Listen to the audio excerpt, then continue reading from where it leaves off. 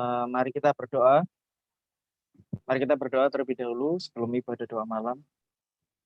Bapa di dalam surga, kami ucap syukur Tuhan atas malam hari ini. Tuhan melindungi kami, Tuhan berkenan atas kami, sehingga kami boleh berkumpul di ibadah Zoom malam ini ya Bapak. Dengan kondisi yang sehat walafiat tanpa kurang suatu apapun. Tiba saatnya kami akan memulai ibadah, kiranya Roh Kudus berkenan untuk memimpin, mengurapi setiap kami yang mengikuti ya Bapak. Terutama bagi hamba-Mu yang akan menyampaikan firman, yaitu Bapak Evangelis Sucipto, kiranya Roh Kudus yang berkuasa, berdaulat dari awal, pertengahan hingga sampai selesainya. Terima kasih ya Bapak. Doa kami yang jauh dari sempurna ini kami alaskan di dalam nama Tuhan Yesus.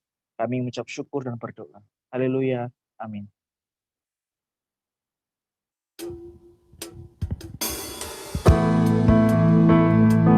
Hari demi hari kami selalu bersama dengan Kau Tuhan, menyaksikan kebaikan-Mu, menyaksikan penyertaan-Mu Tuhan.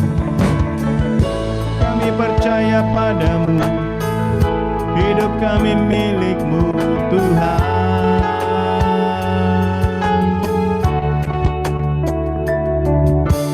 Kemanakah aku dapat pergi,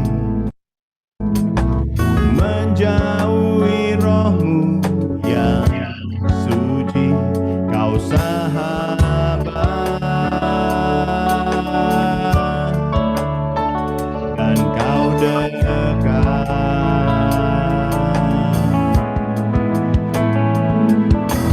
Bahkan seluruh pengabdianku tak bisa membalas kesetiaan-Mu, sungguh mulia dan berharga.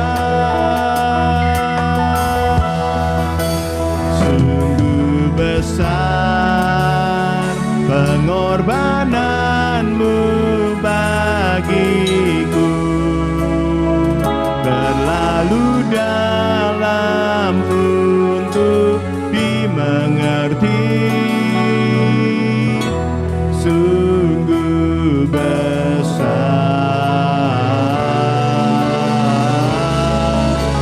sungguh indah yang Kau pikirkan tentangku, tak terselami bagiku.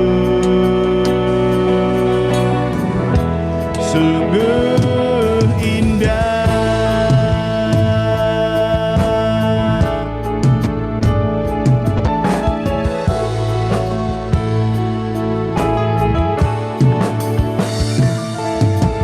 Bahkan seluruh pengabdianku tak bisa membalas kesetiaan-Mu, sungguh mulia dan berharga, dan berharga. Sungguh besar pengorbanan-Mu bagiku, terlalu dalam untuk dimengerti. Sungguh besar, sungguh besar.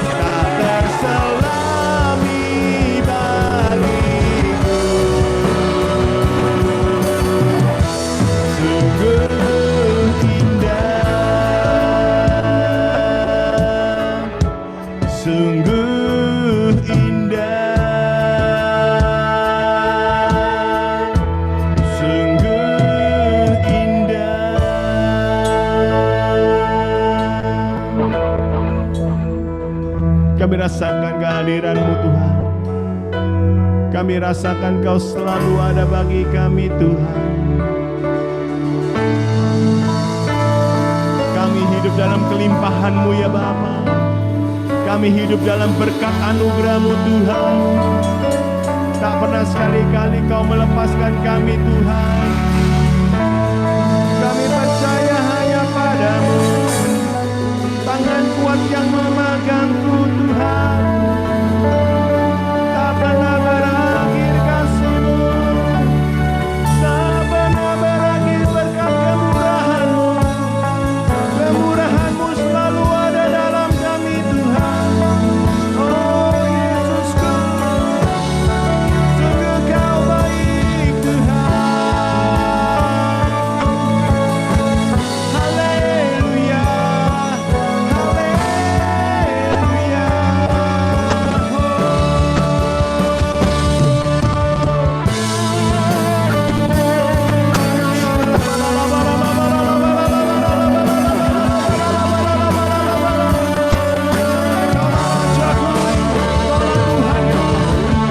Namamu yang kuagungkan, pakai hidup kami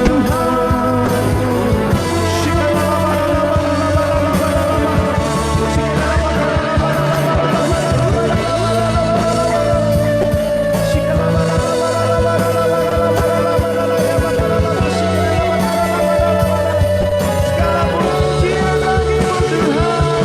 Yesus yang ku sembah, Yesus yang ku sembah, Engkau yang ku percaya.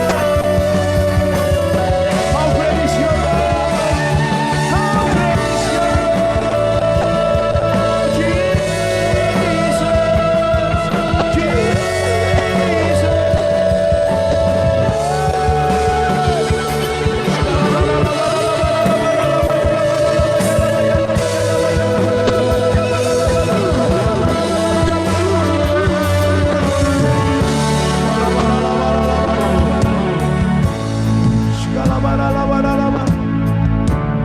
hati kami memuliakan-Mu, mulut kami memuji-Mu. Oh, seluruh hidup kami mengagungkan-Mu Tuhan. Haleluya.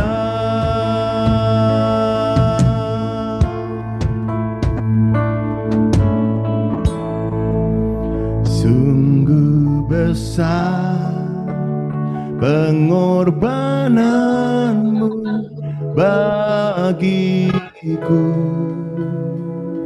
terlalu dalam untuk dimengerti. Sungguh besar,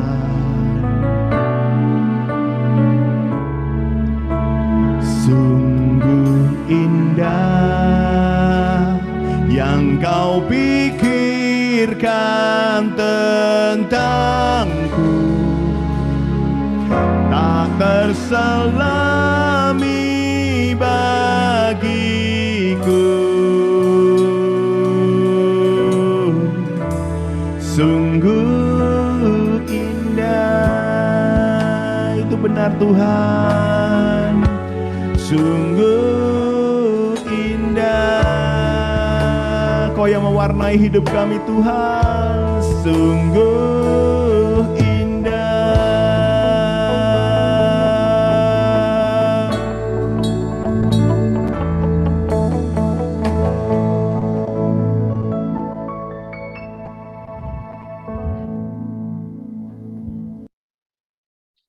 Shalom. Shalom, selamat malam. Selamat datang, selamat join kita Pak Cipto.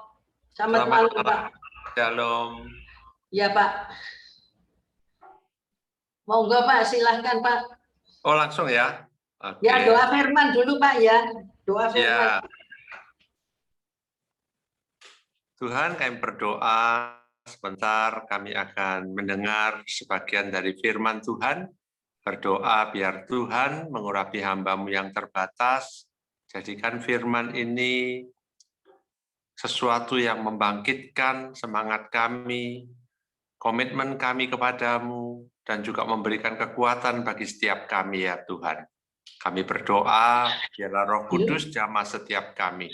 Di dalam nama Tuhan Yesus. Amin. Saya mau share screen, bisa? Bisa Pak, silakan Pak, langsung aja Pak. Di disable. Saya harus jadiin co-host dulu supaya bisa share screen.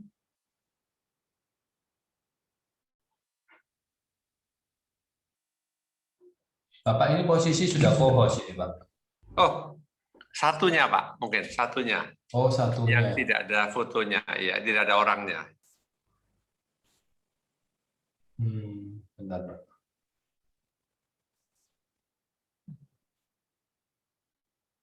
Yang mana Pak? Enggak, bentar Pak.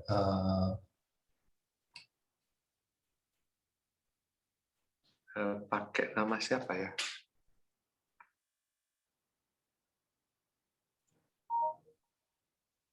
Enggak ada ini Pak. Yang pakai nama Bapak enggak ada Pak.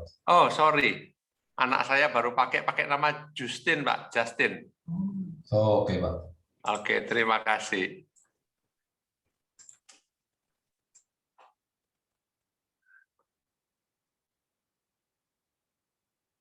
Oke.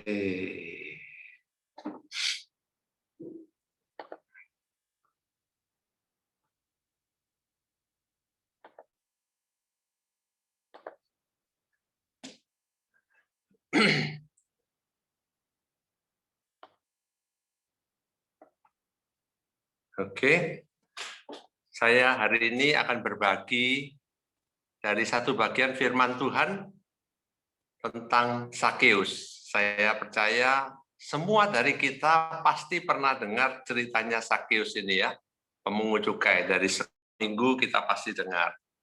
Saya nggak tahu siapa yang menjadi idola Bapak Ibu di Alkitab, ada yang Paulus, Daud, dan siapapun. Bagi saya Sakeus itu salah satu idola saya.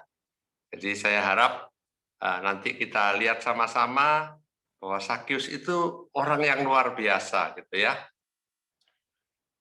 Dari Lukas pasalnya yang ke-19, ayatnya yang pertama dikatakan, Yesus masuk ke kota Yeriko dan berjalan terus melintasi kota itu.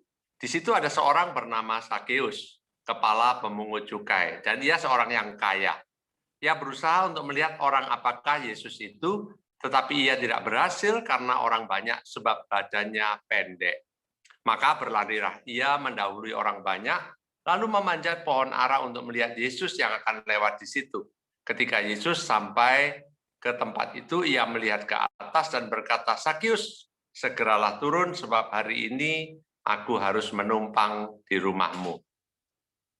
Menurut saya sangat menarik Lukas mendeskripsikan tentang Sakeus ini. Pertama, Sakeus itu kepala pemungut cukai.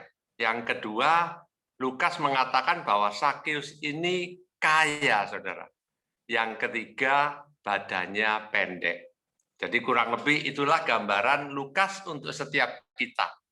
Kenapa menurut saya menarik? Pertama adalah pemungut cukai. Dia bukan hanya pemungut cukai, tapi dia kepala pemungut cukai. Jadi bosnya pemungut cukai lah gitu ya.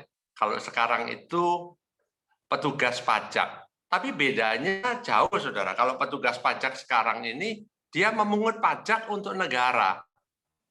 Jadi kalau petugas pajak di RI, ya dia mengambil pajak untuk negara kita.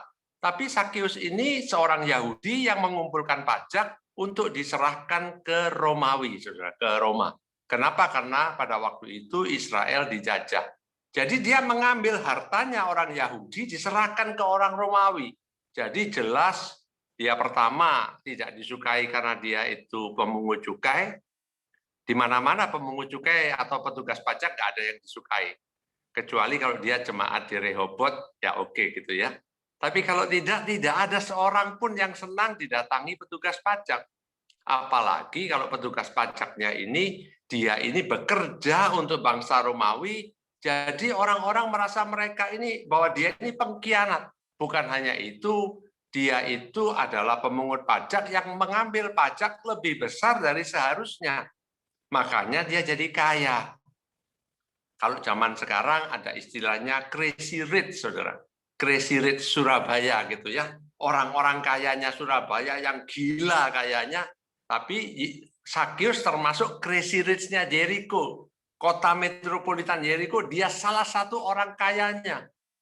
Jadi orang Israel itu, orang Yahudi benci sekali sama dia karena dia kayanya itu karena memeras bangsa Yahudi. Jadi dia dibenci sekali. Yang ketiga dikatakan dia pendek. Jadi dia tidak bisa berlomba sama orang-orang untuk melihat Yesus. Maka dari itu dia lari cepat-cepat naik pohon, saudara. Bilangnya orang pendek itu lebih pintar karena otak sama jantungnya itu lebih dekat, saudara. Akalnya banyak. Jadi dia lari naik pohon berusaha untuk lihat Yesus. Tapi yang menarik ketika Yesus lewat di bawah pohon itu, Yesus menengadah ke atas dan dia katakan, Sakius segeralah turun, hari ini aku harus menumpang di rumahmu. Saudara bisa bayangin ya, orang-orang Yahudi ini yang benci sekali sama Sakius, dengar bahwa Tuhan Yesus mengatakan bahwa hari itu dia mau tinggal di rumahnya Sakius. Ayat yang ke-6 dikatakan, lalu Sakius segera turun dan menerima Yesus dengan sukacita. Tapi semua orang yang melihat hal itu bersungut-sungut, katanya ia menumpang di rumah orang berdosa. Tapi Sakius berdiri dan berkata kepada Tuhan, Tuhan, setengah dari milikku akan kuberikan kepada orang miskin, dan sekiranya ada sesuatu yang kuperas dari seseorang, akan kukembalikan 4 kali lipat. Wow, luar biasa. Kata Yesus kepadanya, hari ini telah terjadi keselamatan kepada rumah ini, karena orang ini pun anak Abraham. Sebab anak manusia datang untuk mencari dan menyelamatkan yang hilang. Satu scene, satu adegan, kalau difilmkan jadi lucu, saudara. Saudara bisa bayangkan ketika Tuhan Yesus lewat dan mengatakan dia mau tinggal di rumahnya Sakius, Sakius buru-buru turun, saudara. Saya nggak tahu saudara pernah naik pohon atau tidak. Dalam pengalaman saya, naik pohon itu sudah cukup susah, turun lebih susah. Betul nggak saudara ya? Kalau naik itu susah, turunnya lebih susah. Sakius ini ketika dia buru-buru turun, mungkin bahasa Prancisnya kakinya babras semua, saudara. Tapi saking dia senangnya, dia turun cepat-cepat dan dia menyambut Tuhan Yesus. Dan dikatakan ketika orang itu mulai ngomel-ngomel tentang Sakius bahwa dia orang berdosa, dia memberikan satu pengakuan kepada Tuhan, satu janji kepada Tuhan yang menurut saya janjinya itu luar biasa. Apa yang dia katakan? Tuhan, setengah dari milikku akan kuberikan kepada orang miskin. Setengah loh saudara ya. Dan kalau ada yang kuperas, memang hidupnya meres saudara, akan kukembalikan 4 kali lipat. Saudara, kita kalau di gereja ngomong tentang perpuluhan aja banyak orang merasa, wah gereja kok ngomong perpuluhan. Padahal cuma 1/10 dari hasil saudara. Yang diserahkan oleh Sakius ini separuh dari harta. Wow, saya nggak bisa bayangin kalau sekarang di Rehoboth ada keluar peraturan yang mau jadi jemaat menyerahkan separuh dari hartanya. Saya nggak tahu sisa berapa. Mungkin malam ini saya juga nggak muncul di sini karena takut diminta separuh. Kalau orang itu tidak punya uang banyak, diminta separuh lebih berani. Tapi kalau orang uangnya sudah banyak, diminta separuh, buru-buru separuh, sudah hilang duluan orangnya. Dan Sakius ini begitu luar biasa, dia memberikan dan dia katakan Tuhan, dia bukan bilang juru selamat, juru penyembuh, dia bilang Tuhan, bos, pemilik hidupku. Dia bilang begitu. Menyerahkan dirinya sepenuhnya kepada Tuhan. Separuh dari milikku akan kuserahkan kepada orang miskin. Saya nggak bisa bayangin. Kalau saudara seorang pengusaha, saudara seorang yang punya aset banyak, apa yang dilakukan Sakius ini sangat amat luar biasa. Menyerahkan separuh yang dia punya. Dan dia katakan, kalau ada yang kuperas, akan kukembalikan 4 kali lipat. Dia nggak bilang, Tuhan, kalau ada yang kuperas, aku minta ampun, sekarang ampuni aku. Tapi aku nggak akan kembalikan. Enggak, saudara. Dia bilang, aku akan kembalikan 4 kali lipat. Yang lebih luar biasa lagi, Sakyus nggak ngomong gini sama Tuhan. Tuhan, saya tak pulang tanya istri dulu, boleh nggak aku kasihkan hartanya kepada? Hari-hari ini banyak pria yang mau ngasih gereja langsung nggak jadi, Pak. Kenapa? Istri nggak setuju. Coba saudara bayangin Sakyus ya, menyerahkan hartanya. Loh, bukan hanya tidur, nggak tidur di kamar, bisa tidur di halaman luar, dikunciin, nggak pulang, saudara ya. Tapi Sakyus begitu cintanya sama Tuhan, ketika Tuhan mau menerima dia, dia tahu tidak ada seorang pun yang mau menerima dia. Dia putuskan, dia berikan yang paling dia cintai, yaitu hartanya. Ada 3 hal yang saya mau bagikan malam hari ini. Yang pertama, yaitu tidak ada yang terlalu kotor bagi kasih karunia Tuhan gitu besar. Saudara, gambarnya belum full screen, Pak. Gambarnya belum full screen. Iya, PowerPoint-nya Bapak tampilannya yang slide show, Pak. Jadi belum full screen satu tampilan. Ini masih next slide-nya kelihatan, keterangannya kelihatan. Oh, oke. Saya nggak tahu gimana caranya tuh. Apakah sudah? Enggak juga ya? Masih belum. Nggak apa-apa deh, Pak. Kalau Oke. Oh, jadi bisa lihat catatan saya juga gitu ya? Nggak apa-apa. yeah. Okay. Ya, saudara kalau mau nyatat juga nggak apa-apa. Saya biasanya mencatat semuanya. Tidak ada dosa yang terlalu kotor yang Tuhan itu tidak bisa jamah dan sembuhkan, yang tidak bisa tebus dalam kehidupan kita. Kita ini selalu melihat ada dosa yang kotor, ada kehidupan yang nggak bisa diselamatkan lagi. Tapi bagi Tuhan tidak ada. Kata pemungut cukai itu kalau saudara perhatikan, dipakai tentang orang-orang Kristen yang tidak mau bertobat, ditegur tidak mau bertobat, dianggap aja pemungut cukai. Begitu rendahnya pemungut cukai. Tapi di dalam kasih karunia Tuhan, tidak ada yang terlalu kotor. Seringkali kita melihat orang-orang sekeliling kita bilang, wah orang-orang ini nggak sebaik aku ya, aku ini jauh lebih baik. Tapi di sini kita belajar, Tuhan itu tidak pilih-pilih. Dia itu mau yang terbaik untuk dia berikan kepada setiap orang.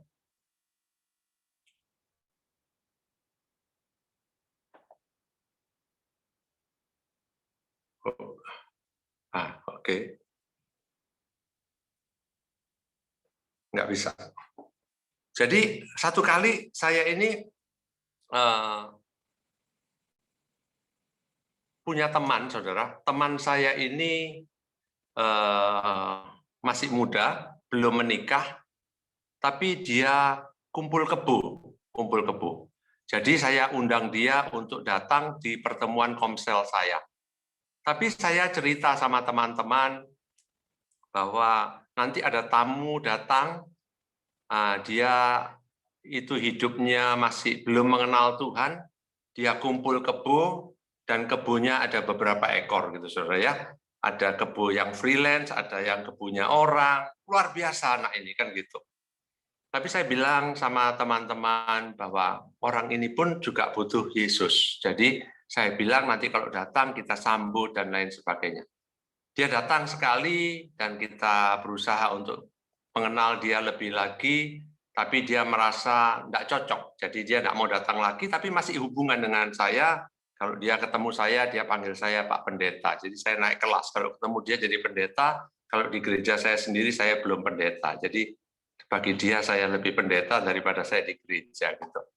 Jadi saya melihat bahwa tidak ada dosa yang terlalu kotor. Ketika orang melihat bahwa Sakyus itu sampah, Tuhan pun masih datang untuk mau tinggal di rumahnya. Di gereja saya ada beberapa orang yang sempat diundang untuk melayani Di mana ketika diundang oleh gembala saya, beberapa jemaat itu bereaksi. Kenapa bereaksi? Karena mereka merasa bahwa orang-orang itu tidak layak diundang. Kenapa? Karena sempat hidup di dalam kehidupan yang kotor. Baru aja bertobat kok diundang melayani lagi. Saya melihatnya berbeda. Saya bersyukur saya punya gembala yang berani memberikan kesempatan untuk orang bertobat dan melayani lagi. Saya tanya kenapa kok dikasih kesempatan, dia bilang begini, kalau bukan kita yang kasih kesempatan, siapa yang mau kasih kesempatan?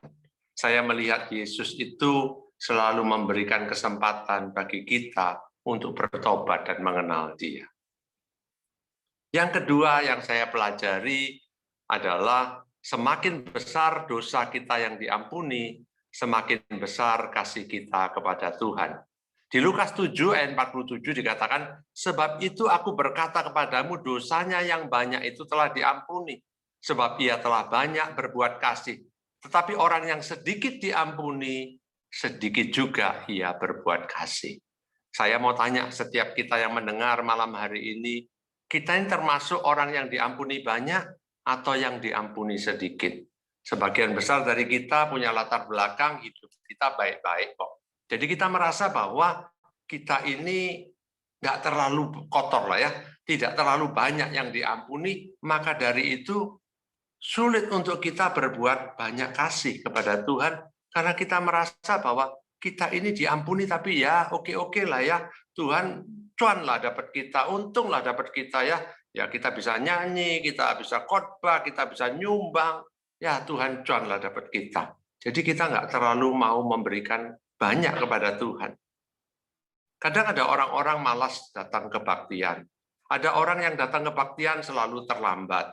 Ada orang yang tidak mau baca firman, tidak mau berdoa. Kita dorong-dorong sulit. Kenapa, saudara? Jawabannya cuma satu. Orang yang merasa dirinya sedikit diampuni, sedikit juga ia berbuat kasih. Dia nggak bilang dia nggak mau, tapi dia merasa gini, gak usah lah, buat apa? Tapi ketika orang itu pembunuh, ketika orang itu sudah mau dihukum mati, ketika orang itu sudah mau mati, kemudian dapat pertolongan Tuhan, tiba-tiba dia berikan semuanya kepada Tuhan. Itu yang terjadi kepada Sakeus. Ketika Tuhan mau menerima dia sudah tidak melihat bahwa uang itu paling utama. Dia merasa Tuhan lebih penting dari semuanya. Misalnya malam hari ini setelah saya khotbah, saudara diberkati, saudara bilang sama saya, Cip, ayo kita makan malam. Terus kita pergi makan sama-sama. Saudara bilang, ini ada pangsit mie enak ini. Saya ditraktir makan pangsit mie. Saking enaknya, saya minta tambah. Dalam hati saudara bilang begini, wah Cipto ini luar biasa ya, masa diundang malah minta embu-embu terus, kurang mengerti, kurang tahu diri gitu ya. Terus kemudian 5 tahun lagi kita ketemu omong-omong, saudara cerita tentang pangsit mie tadi, saya lupa. Saudara pasti bilang begini, ini orang sudah ditraktir, minta embo, sekarang lupa. Tapi misalnya, saudara, misalnya, saya itu hutang sama bank ratusan miliar. Kemudian bank datang, rumah saya mau disita. Mobil saya diambil, seluruh istri dan anak-anak saya harus meninggalkan rumah. Saya stres berat, enggak tahu mau ngapain. Kemudian Bu Maria telepon saya, oh Cip, enggak usah bingung. Minta nomor rekeningnya bank, besok tak transfer. Kamu malam ini tetap ngisi di GAB. Besok saya tidak jadi disita, saudara. Menurut saudara, 5 tahun lagi saya tetap ingat enggak, saudara? Pasti masih ingat, kalau enggak memang kebacut. Kan gitu, saudara ya? Kenapa? Karena pengorbanan yang diberikan itu begitu besar. Saya pasti akan terima kasih. Kemanapun saya pergi, kemanapun saya khotbah, pasti saya ceritakan. Kenapa? Karena saya menerima kasih yang begitu besar. Kalau malam hari ini kita bergumul, kita baca firman ya males, doa ya males, kebaktian kok ya harus didorong-dorong. Coba tanya dalam hati kita, apakah kita ini merasa bahwa kita ini sudah diampuni banyak? Atau kita merasa kita ini sebetulnya orang baik-baik loh ya, Cuma sekarang sudah ke gereja. Dan kita nggak merasa berhutang apa-apa sama Tuhan. Makanya kita nggak banyak berbuat kasih. Ketika wanita itu yang digambar ini dia diterima oleh Tuhan, dia berikan minyak wanginya, dia pakai rambutnya untuk membersihkan kakinya Tuhan. Dia tidak peduli dia dicemooh orang. Kenapa? Karena dia tahu dia orang berdosa dan dia mengasihi Tuhan. Dia berikan yang terbaik. Seringkali kita bergumul untuk memberi kepada Tuhan.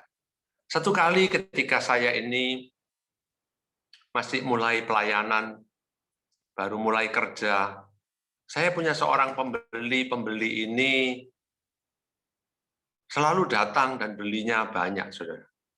Tapi satu kali dia telepon, dia tinggal di Jakarta, dia bilang, Cip, saya mau ke Surabaya, saya mau lihat koleksimu. Saya bilang, kapan mau datang? Dia sebutkan sebuah tanggal, tapi saya nggak bisa tanggal itu. Saya lihat di tanggalan, itu tanggal di mana saya harus mengisi retreat mahasiswa, awal-awal saya pelayanan. Saya bilang, bisa nggak maju sehari? Nggak bisa dia. Bisa nggak mundur sehari? Nggak bisa. Maju, mundur seminggu bisa nggak? Nggak bisa. Dia bilang, saya ke China. Saya bilang, mundur 2 minggu, saya masih di China. Dia bilang begitu. Akhirnya, saya lagi bergumul antara menerima dia, supaya saya bisa menjual banyak, atau saya beritahu teman saya yang mengundang saya bahwa saya nggak bisa, dia pasti dengan senang hati mengatakan, tak gantikan saja. Akhirnya di dalam pergumulan itu saya memutuskan untuk menolak orang tersebut dan mengatakan saya nggak bisa. Bayangan saya, begitu saya menolak, saya melayani, nanti pulang pasti dapat berkat besar, orangnya akan beli banyak. Ternyata tidak, saudara. Pulang dari pelayanan, tidak ada yang beli. Saya pikir kalau kita kasih Tuhan, pasti balasannya besar. Tapi di sana saya belajar. Seringkali kita melakukan segala sesuatu kepada Tuhan. Kita punya maksud, supaya Tuhan kasih kita lebih banyak. Tapi kita harus belajar bahwa kita sudah terima banyak. Kita yang kurang itu adalah kurang memberi kepada Tuhan. Sakeus tahu itu. Begitu Tuhan mau tinggal di rumahnya, dia putuskan, dia berikan hampir seluruh hartanya untuk mendapatkan Yesus di dalam kehidupannya. Mengikut Yesus itu keputusan pribadi. Tidak bisa kita ikut orang lain. Seringkali kita diajak seseorang, ayo kita pelayanan, kita tanya dulu siapa yang ikut. Si A kita tanyain, wah nggak bisa. Kita mau ikut kebaktian, kita tanya, ayo kebaktian minggu, nggak bisa, saya sepedaan minggu pagi. Wah ya, nggak ada temannya. Tanya yang lain, ayo kita kebaktian minggu, nggak bisa, minggu pagi kita ke kafe, banyak kafe baru. Akhirnya kita nggak ikut. Kenapa? Karena nggak ada orang yang mau ikut sama kita. Mengikut Yesus bukan keputusan rame-rame. Mengikut Yesus, melayani Yesus, itu keputusan pribadi. Kalaupun tidak ada seorang pun yang mau ikut kita tetap ikut Tuhan Yesus. Kita tetap melayani Tuhan Yesus. Hari-hari ini kita senang kalau bisa rame-rame melayani Tuhan.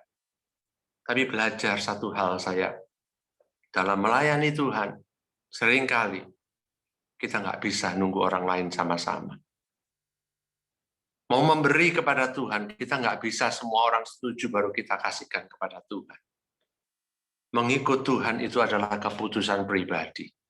Melayani Tuhan sungguh-sungguh itu keputusan pribadi. Banyak orang yang akan menghalangi kita untuk memberikan segalanya kepada Tuhan. Malam hari ini, saya menantang setiap kita yang mendengarkan. Berikan hidupmu sepenuhnya kepada Tuhan. Bukan siapa yang akan ikut. Tapi keputusan itu keputusan yang kita buat. Ada lagu lama yang mengatakan mengikut Yesus itu keputusanku. Walau sendiri, ku tetap ikut. Walau sendiri, ku tetap ikut. Keputusan mengikut Yesus itu keputusan yang kita harus buat. Bukan karena itu menarik, bukan karena itu menguntungkan. Tapi keputusan untuk melayani Tuhan. Karena kita bersyukur, kita ini orang yang berdosa, yang layak mati, tapi diselamatkan. Yang ketiga yang kita belajar adalah Tuhan itu yang mencari kita. Dia itu tahu namanya kita. Dikatakan di awal tadi pada pembacaan kita tadi dikatakan dia berjalan melintasi kota Yeriko. Dia sebenarnya lewat di sana dengan satu tujuan, yaitu menemui Sakeus. Murid-muridnya mungkin nggak tahu, orang-orang juga nggak tahu. Tapi saya percaya Tuhan Yesus tahu. Ada sebuah jiwa, satu jiwa, namanya Sakeus, yang membutuhkan dia. Orang yang di luar melihat Sakeus mungkin nggak butuh Tuhan, dia orang kaya, dia orang terkenal, dia punya segalanya. Tapi Tuhan tahu ada satu jiwa yang butuh diselamatkan. Ayat 10 mengatakan, sebab anak manusia itu datang untuk mencari dan menyelamatkan yang hilang. Saudara, Tuhan itu mencari setiap kita. Satu hal yang saya mau katakan, hari-hari ini memang berat, hari-hari ini memang sulit. Tapi satu hal yang saya yakin, kalau orang yang berdosa aja Tuhan cari, kalau orang yang berdosa aja Tuhan tahu namanya. Firman Tuhan katakan ketika Tuhan Yesus lewat, dia sudah tahu namanya Sakeus. Dia nggak tanya, siapa namamu? Ayo turun. Enggak, saudara. Dia katakan, Sakeus, hari ini aku harus menumpang di rumahmu. Tuhan sudah tahu siapa yang dia mau ngajak bicara. Dia mengenal setiap orang, dia mengenal setiap kita. Kalau kita masih berdosa saja Tuhan sudah cari. Apalagi kita hari-hari ini kita adalah anak-anaknya. Masakan dia tidak jagai kita? Masakan dia tidak tolong kita? Masakan dia tidak menyertai kita? Masakan dia tidak melakukan mujizat dalam kehidupan kita? Kita adalah anak-anak yang dia kasih. Tuhan tahu apa kebutuhan setiap kita.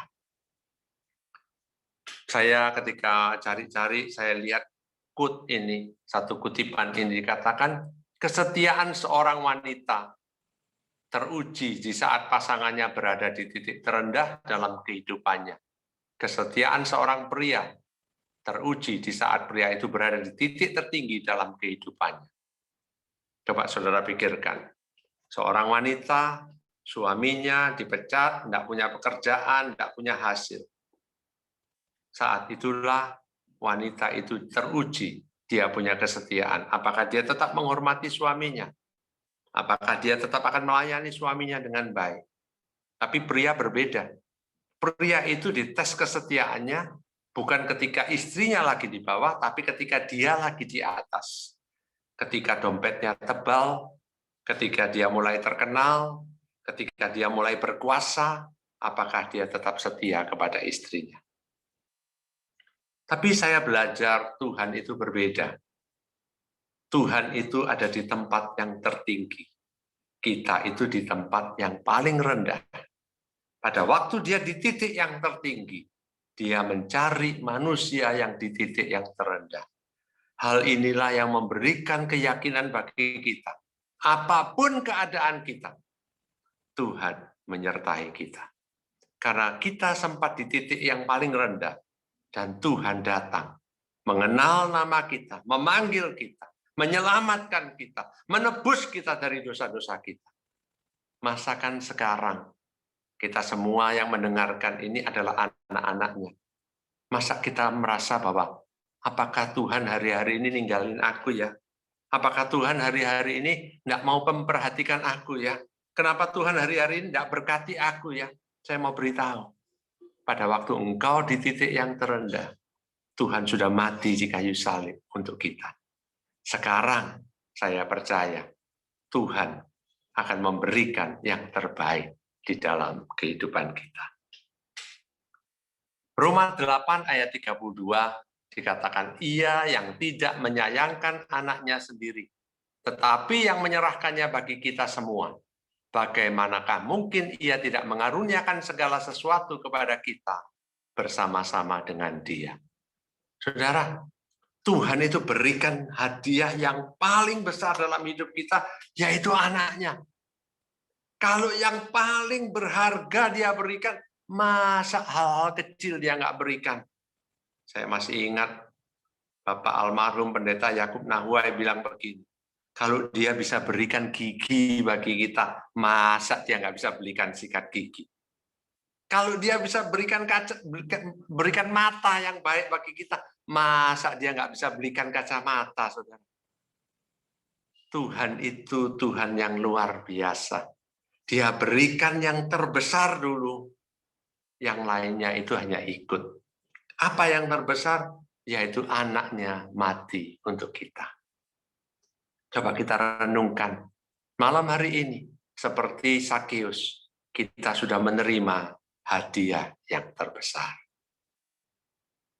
Beberapa waktu yang lalu, saya dapat kesempatan untuk melayani di gereja saya sendiri. Jadi saya cerita sedikit, kalau saya diundang untuk bicara di tempat lain, saya mempersiapkan, tapi tidak sampai stres, saudara. Tapi kalau saya disuruh melayani di gereja saya sendiri, saya bisa stres berat, mual-mual, pusing-pusing, sakit badan saya semua 2 minggu sebelum hari H-nya. Jadi hari itu ketika saya melayani, merupakan minggu-minggu yang terberat bagi saya. Bukan saya mau keluh kesah ini ya, tapi saya mau cerita betapa baiknya Tuhan. Saya bukan full-timer, jadi saya punya masalah cukup banyak di dalam pekerjaan. Salah satu pekerjaan saya itu adalah landscaper. Jadi saya nanam untuk sebuah perusahaan. Tanaman ini sudah ditanam di tahun 2019 akhir, saudara. Sekarang 2021, saudara ya. Dan masih belum dibayar, saudara. Saya mau minta tagihannya diundur. Dipermasalahkan terus. Itu membuat saya jengkel, marah. Kemudian ketika dia mau bayar, dia bilang, sebagian saya bisa bayar, yang sebagian karena nggak ada di kontrak, saya nggak bayar. Padahal yang suruh tanam juga mereka-mereka sendiri. Jadi ada kejengkelan, badan saya mulai sakit-sakit. Kemudian di dalam saya pelayanan itu saya mengelola gedung untuk gereja. Jadi membantu dalam pengelolaan gedung, saya mengurus untuk izin vaksinasi, dan terjadi masalah salah paham yang cukup rumit. Dan hari-hari itu saya lagi mempersiapkan untuk menyampaikan khotbah minggu, masalah tentang vaksin ini izinnya terus tiap hari saya diteleponin bisa 10 kali, urusan yang sangat rumit yang nggak tahu mau diapain. Saya juga nggak tahu, disalah mengerti, nggak tahu saya harus seperti apa. Jadi baru mau nyiapin, telepon berdering, pikirannya kemana-mana. Jadi itu minggu-minggu yang sangat berat bagi saya. Kemudian saya melihat Tuhan itu luar biasa. Ada hal kecil yang terjadi yang menunjukkan bahwa Tuhan itu care dalam kehidupan kita. Saya ini jual tanaman, jadi ada seorang itu yang beli beberapa kali dan kemudian menawarkan saya untuk beli burung, saudara. Saya ini bukan orang yang hobi burung, tapi ya karena dia beli tanaman saya beli burung murai dari dia. Dia bilang, ini burungnya bagus, Cip. Cuma saya lupa tanya, ini burung introvert atau ekstrovert? Ternyata introvert, saudara, burungnya. Jadi ketika saya beli, banyak diemnya daripada nyanyinya. Lain kali kalau saudara mau beli burung, tanya dulu sama yang jual. Ini introvert atau ekstrovert? Kalau ekstrovert dia suka nyanyi, kalau introvert banyak diam-diamnya. Punya saya ini banyak diamnya, saudara. Sehingga setiap kali orang datang, OB kantor saya, orang lain datang, dia bilang, Pak beli berapa? Saya kasih tahu angkanya. Wah, ini sih barang murah, itu kemahalan, gini. Wah, tambah sakit hati rasanya saya. Akhirnya saya pikir, ya sudahlah, burung sudah dibeli, ya sudah dibiarkan. Sampai satu hari, tukang kebun saya itu bilang begini, Pak, tak lombakan ya burungnya ya. Saya bilang, bawa aja. Beli tiket, Pak. Enggak apa-apa, sudah bawa aja. Dibawa ke daerah Tandes sana, saudara, ada lomba burung. Dilombakan. Saya juga enggak nunggu apa beritanya. 12:30 siang, saya ditelepon lagi makan siang. Pak, mau kasih tahu. Apa beritanya? Dia bilang, burungnya juara 1, Pak. Wah, Saya bilang luar biasa, burung introvert tadi juara 1, saudara. Dia bilang begitu digantung, wah bunyi terus. Ada yang mau beli, Pak. Begitu dengar juara, enggak jadi dijual, saudara. Pengen harganya jadi lebih tinggi. Kemudian saya sungguh-sungguh, wah semangat. Saya rawat sungguh-sungguh. Saya bilang nanti lomba lagi, saya bilang begitu. Lomba lagi, saudara. Di antara para juara sekarang. Bukan lomba kecil, lomba besar. Semua pesaingnya juara-juara. Dia bilang, Pak, sorry Pak, enggak menang. Sebetulnya burungnya bagus, kalah tembakan. Wah, saya enggak ngerti, tembakan harus gini, harus gini. Ya sudah, karena kalah, saya bilang, wis enggak apa-apa, wis. Nanti tak leskan vokal supaya menang. Ada guru vokal di sini. Akhirnya saya merasa luar biasa. Hari-hari itu, hari-hari yang berat, tapi saya melihat ada penghiburan yang Tuhan berikan. Burung introvert bisa juara, saudara. Kemudian saya urusan izin vaksin tadi dari sangat rumit, pelan-pelan selesai. Hari Sabtu, di mana Minggu saya pelayanan, semuanya tuntas, selesai dengan baik. Saya bilang Tuhan itu memang luar biasa. Dia Tuhan yang tahu kebutuhan kita. Kembali lagi ke perusahaan yang nggak bayar-bayar saya, dia suruh saya bikin kwitansi baru, bayar PPN, dan lain sebagainya. Saya kirimkan. Kemudian ketika saya buka rekening saya periksa uang yang masuk, saya bilang memang Tuhan itu luar biasa. Yang dulu sudah dibayar, dibayar lagi. Yang seharusnya nggak dibayar, yang seharusnya dibayar sama dia nggak dibayar, tapi yang dulu sudah dibayar, dibayar ulang. Saya bilang luar biasa, hampir mirip angkanya. Saya cuma bilang begini, Tuhan itu bisa bikin yang betul jadi salah, supaya yang salah jadi betul. Itulah Tuhan kita. Dia Tuhan yang membuat mujizat yang luar biasa. Kembali ke cerita tadi burung, saudara ya. Karena burungnya kalah, OB saya itu suka burung, dikasihin burungnya dia. Pak, ini saya kasih burung untuk master, supaya suaranya keluar macam-macam suaranya. Dikasih burung lovebird di rumah saya.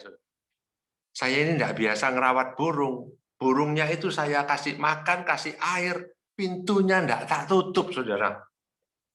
Jadi burung lovebird tadi, begitu pintunya nggak ditutup, terbang. Orangnya datang, saudara.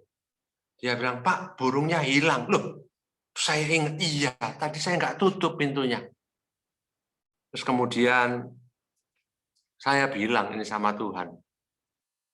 Tuhan, itu kan hari Minggu. Saya bilang Sabtunya itu saya ngisi doa pagi di gereja saya. Saya bilang, saya pengen cerita, Tuhan. Burung introvert seri kedua, saya bilang begitu. Bisa enggak Tuhan bikin ya? Burung lovebird yang terbang sendiri itu nanti kembali berdua. Permintaan yang enggak masuk akal. Betul enggak, saudara ya? Saya hanya cerita sama istri saya bilang, nanti burung lovebird itu pergi bawa koncoe datang berdua, saya bilang begitu. Tak tunggu-tunggu, nggak datang lovebird-nya. Sore saya pergi keluar sama istri saya pergi makan, saya pulang dari tempat makan, saya lihat keluar, kandang burung lovebird itu isinya 2 ekor. Saya lihat lagi, iya betul loh, isinya 2 ekor. Saya besok pagi saya tanya sama OB saya, loh itu burungnya 2 ekor. Dia bilang, betul Pak. Saya itu pulang ke kantor, tetangga itu nawarin, ada lovebird sepasang, saya belikan untuk di sana. Saya bilang, mungkin caranya yang saya mau tidak tercapai, saudara. Saya berharap yang pergi balik bawa teman. Tapi tetap dapat 2 ekor, dapat sepasang. Saudara. Nggak ada yang tahu doa saya. Tapi Tuhan itu Tuhan yang luar biasa. Saya belajar dari hal-hal kecil. Tuhan itu mau menunjukkan bahwa Dia care di dalam kehidupan setiap kita. Malam hari ini saya mau bilang, ayo kita berikan hidup kita sepenuhnya. Kalau mau ikut Tuhan, jangan ikut separuh-separuh. Kalau mau ikut Tuhan, ikutlah dengan segenap hati. Belajar dari Sakeus. Tuhan itu Tuhan yang baik dalam kehidupan kita. Dia perhatikan bahkan hal-hal yang paling kecil. Kalau doa saya yang tidak masuk akal itu pun, supaya burung itu kembali jadi 2 ekor, Tuhan carikan jalan. Masakan dia tidak bisa pelihara setiap kehidupan kita. Dia Bapa yang baik dalam hidup kita. Ayo malam hari ini, kita sungguh-sungguh serahkan hidup kita sepenuhnya. Sungguh-sungguh untuk menyenangkan hati Tuhan. Mari kita berdoa. Tuhan, kami mau mengucap syukur malam hari ini. Kami menyadari betapa baiknya Tuhan di dalam kehidupan setiap kami. Kami menyadari bahwa Tuhan itu sudah terlebih dahulu memberikan anaknya. Mati untuk kami, Tuhan. Mati di kayu salib untuk menebus dosa-dosa kami. Biarlah kami juga belajar dari Sakeus. Kami boleh memberikan hidup kami sepenuhnya. Tidak menahan-nahankan diri kami lagi. Kami boleh melayani Tuhan dengan segenap hati. Dan kami juga mau berdoa pada malam hari ini untuk setiap yang mendengarkan. Apapun yang menjadi pergumulan setiap Bapak, Ibu, teman, saudara yang ada yang mendengarkan malam hari ini.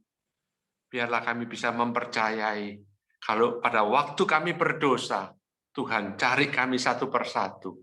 Saat ini kami sudah diangkat menjadi anak-anak Allah. Masakan Tuhan tidak memelihara kehidupan kami. Sadarkan kami, bangkitkan kami, semangati setiap kami ya Tuhan. Biarlah kami boleh menyadari betapa baiknya Tuhan itu. Betapa baiknya Tuhan itu. Betapa murahnya Tuhan dalam kehidupan kami. Kuatkan setiap anak-anak-Mu yang membutuhkan pertolongan, biarlah terjadi mujizat di dalam kehidupan setiap anak-anak-Mu. Yang butuh terobosan, biar Tuhan lakukan perkara-perkara ajaib di dalam kehidupan anak-anak-Mu. Terima kasih ya Tuhan. Kami naikkan semuanya di dalam satu nama yang agung, pembuat mujizat dalam kehidupan kami. Di dalam nama Tuhan Yesus Kristus. Biarlah yang percaya sama-sama katakan, amin. Tuhan memberkati.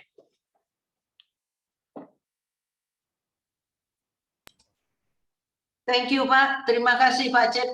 Sama-sama, Bu. Luar biasa firman-Nya. Thank you, Pak. Pengumuman GAP Rehoboth selama sepekan ke depan. Ibadah Zoom Minggu tanggal 20 Juni pukul 12 waktu Indonesia Barat dilayani oleh Pastor Johnson. Dan ibadah doa malam hari Rabu 23 Juni pukul 19.30 dilayani oleh Pendeta Bambang Sujatmiko. Tuhan Yesus memberkati.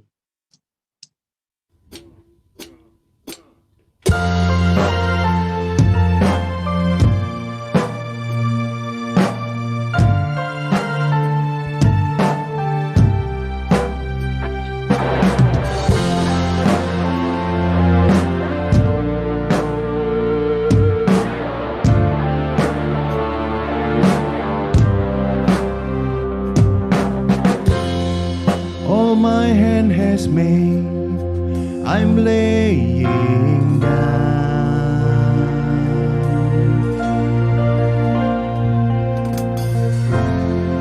All that I hold dear, my many crowns.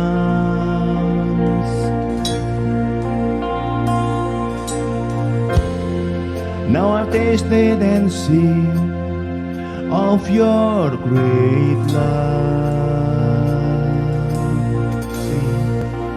You satisfy me.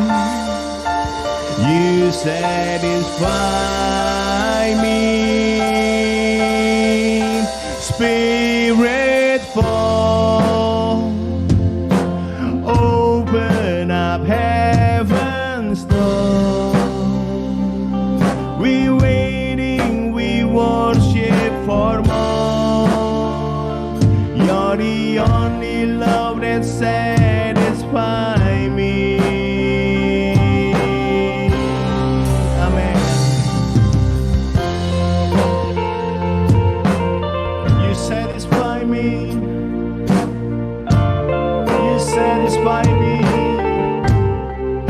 Amen. My constant request above all things, Lord Jesus. Every hour I wait, be near me. Now I tasted and seen of your great love. Now I tasted and seen of your great love. Show me your glory. Show me your glory. Spirit fall. Open up heaven's door. We waiting, we worship for more. You're the only love that satisfies me. Lord, we run into your loving arms. We're safe and secure with your love. Amen. You're the only one that satisfies me. Hallelujah. Leave me astounded, leave me amazed.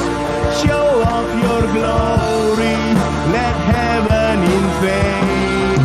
We waiting with worship, we waiting with praise for your mighty presence, our God to invade.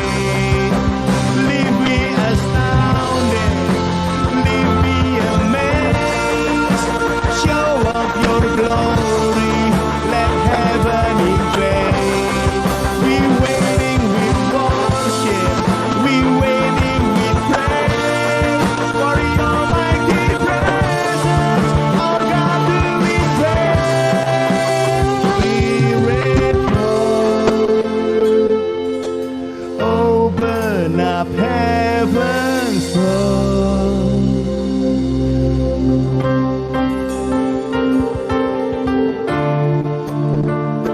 You're the only love that satisfies me.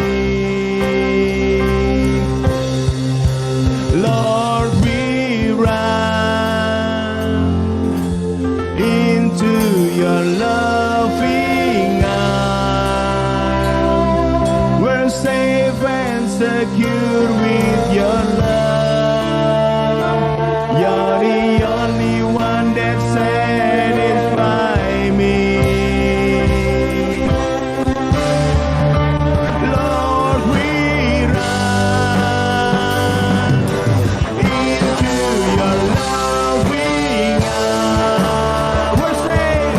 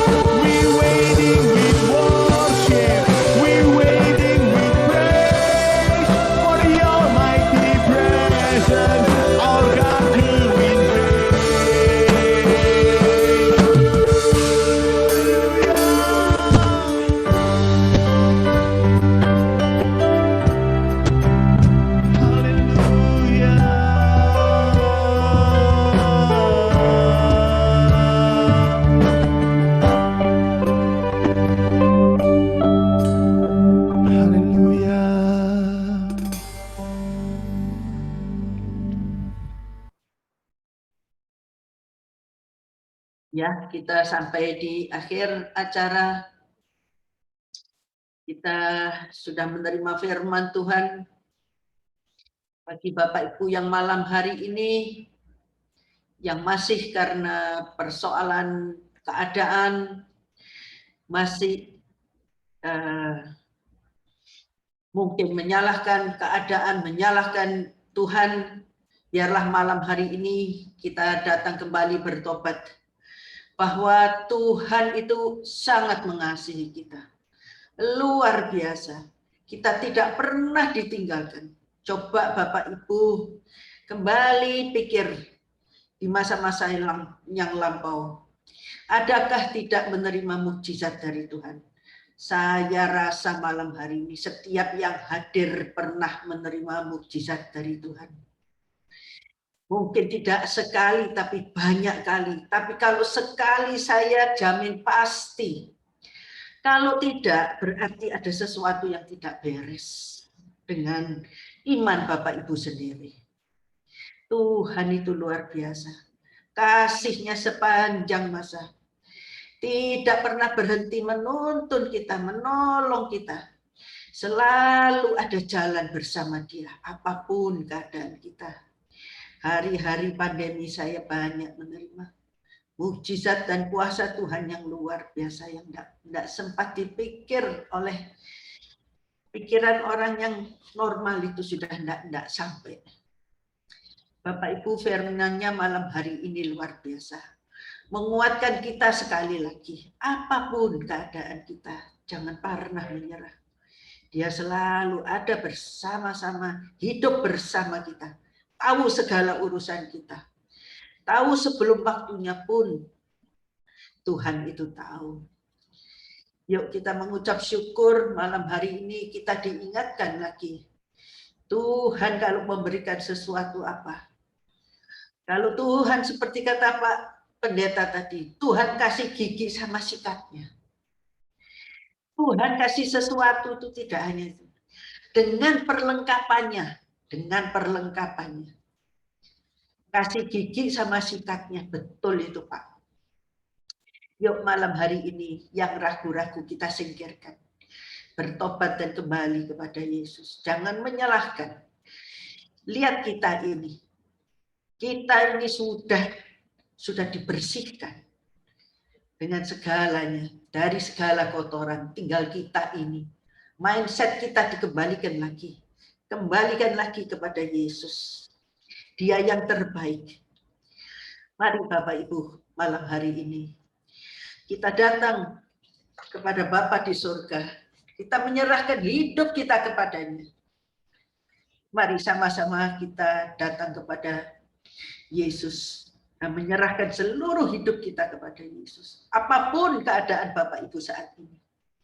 Terpuruk karena pandemi, kehilangan pekerjaan, keuangan yang tidak kuat, barang dagangan tidak laku, mari. Dia akan berbuat untuk Anda. Dia akan menyelamatkan kita semua. Bapa di surga, kembali malam hari ini kami mengucap syukur untuk firman-Mu yang luar biasa. Engkau tidak pernah meninggalkan setiap kami, Tuhan. Kami tahu, yakin, dan pasti bahwa kami menjalani kehidupan tidak pernah sendiri. Kita sudah dikuatkan, kita sekarang menjadi anak-anak Allah, anak-anak kerajaan surga. Hanya karena Yesus di atas kayu salib. Bapa di surga, kami kembali mengucap syukur. Kami sudah dijadikan anak-anak-Mu. Kembali menikmati kerajaan surga. Kembali menikmati janji-janji-Mu yang luar biasa. Kami percaya seluruh janji di Alkitab itu akan kita alami. Karena Engkau adalah Allah kami. Sabda-Mu adalah ya dan amin. Terpujilah nama-Mu Tuhan kami Yesus Kristus. Malam hari ini kami disadarkan kembali. Betapa besar kasih-Mu ya Bapa. Matahari Kau ciptakan untuk seluruh umat-Mu Tuhan. Seluruh macam bangsa. Hujan, air, alam semesta Engkau ciptakan untuk setiap kami. Engkau perlengkapi semuanya. Oh haleluya. Maha besar Engkau Tuhan. Maha kasih Tuhan. Biar kasih-Mu malam hari ini turun menyelimuti anak-anak-Mu yang saat ini hadir pada ibadah subuh. Dan biarkan malam hari ini Engkau buka kerajaan surga, Engkau buka surga, Engkau pancarkan sinar terang-Mu. Mari kita terima sinar terang daripada Bapa di surga yang sangat mengasihi kita.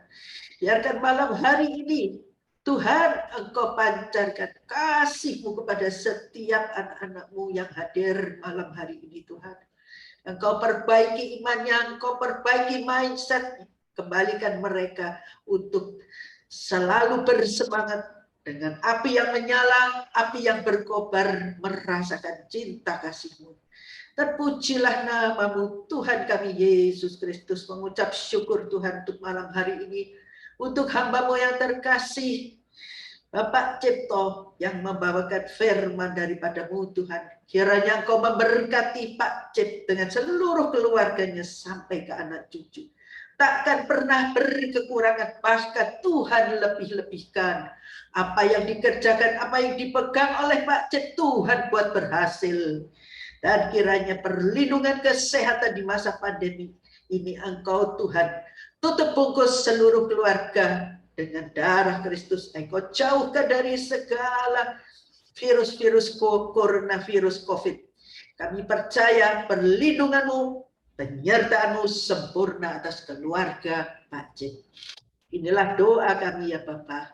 Dan malam hari ini hamba-Mu juga berdoa untuk setiap jemaat Gereja Allah Baik Rehoboth, baik yang datang tatap muka, baik yang ikut Zoom selama ini. Engkau berkati mereka satu persatu ya Bapa.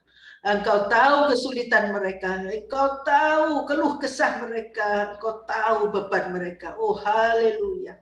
Kami malam hari ini Tuhan menyerahkan semuanya ke dalam tangan-Mu. Dan biarlah malam hari ini kami sekali lagi membaharui janji kami menyerahkan hidup kami ke dalam tangan-Mu. Terjadilah kehendak-Mu atas hidup kami. Kehendak-Mu, rencana-Mu untuk setiap kami selalu baik adanya. Kami percaya ya Bapa, hanya percaya kepada-Mu. Dan kami yakin kami akan menerima terobosan demi terobosan ketika kami percaya kepada-Mu. Terlebih karena Engkau sudah menyadarkan kami dengan firman-Mu malam hari ini. Terpujilah nama-Mu Tuhan kami Yesus Kristus. Kiranya setiap tangan yang terangkat Tuhan memberkati. Memberkati limpah-limpah dengan kuasa, dengan kasih karunia-Nya, keselamatannya, sukacita dan damai sejahtera yang berkekalan. Yang kami terima saat ini sampai Tuhan Yesus datang untuk kedua kalinya. Mari jemaat yang hadir pada Zoom kebaktian pada malam hari ini, mari kita sama-sama ucapkan haleluya. Amin. Tuhan Yesus memberkati setiap yang hadir. Terima kasih Pak.